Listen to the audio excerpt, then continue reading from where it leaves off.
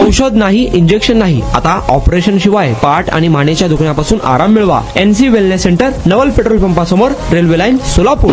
महाराष्ट्र इमारत व इतर बांधकाम कामगार कल्याणकारी मंडळाच्या वतीने नोंदणीकृत महिला बांधकाम कामगारांसाठी प्रसूती सहाय्य ही योजना पुन्हा सुरू केली आहे. पात्र महिलेला नैसर्गिक किंवा सीझर प्रसूती झाली तर 25,000 रुपयांचे अर्थसहाय्य मिळणार आहे.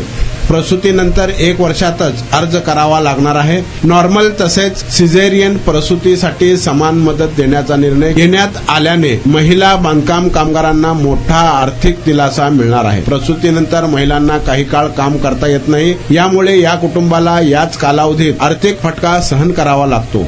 आईसह नवजात बालकाच्या आरोग्याची योग्य काळजी घेता यावी यासाठी ही योजना राबविण्यात येत आहे. माता व बालकांचे पोषण सुधारावे, कुपोषण टाळता यावे आणि प्रसूतीनंतर महिलेला आवश्यक आर्थिक आधार व्हावा म्हणूनच ही योजना आणली आहे. या संदर्भात उद्योग, ऊर्जा कामगार व खनिकर्म विभागाने 13 जुलै रोजी शासन निर्णय जारी केले आहे. त्यामुळे मंडळाकडे नोंदणी असलेल्या व पात्र महिला बांधकाम कामगारांना याचा लाभ घेता येणार आहे. आणि आता अवस्था अशी व्हायला लागली होती की मी बसत किंवा उभं राहत नव्हतो, तर जास्तीत जास्त झोपून राहायचा प्रयत्न करायचो.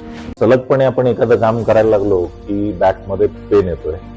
सुरुवातीला मी त्याला इग्नोर करायचा प्रयत्न केला. त्याच्यानंतर मला जाणवलं की इग्नोर करून हे काही कमी होत नाही. या ट्रीटमेंटच्या दरम्यान मला कुठल्याही गोळ्या किंवा इंजेक्शन घेण्यासाठी सुचवलं गेलं नाही. मला पाठदुखीचा खूप त्रास होता. आयुष हॉस्पिटल जयसिंगपूरमध्ये दाखवलं. त्यांनी त्यावर मला सर्जरीचा सल्ला दिला. त्यामुळे मी आज साधारणपणे 90% पर्यंत रिलीफ आहे. 1 वर्षापासून कंबरदुखीचा त्रास जाणवू लागला. जवळपास माझे आज 20 सेशन झाले, तर मी आज ठणठणीत बरा आहे.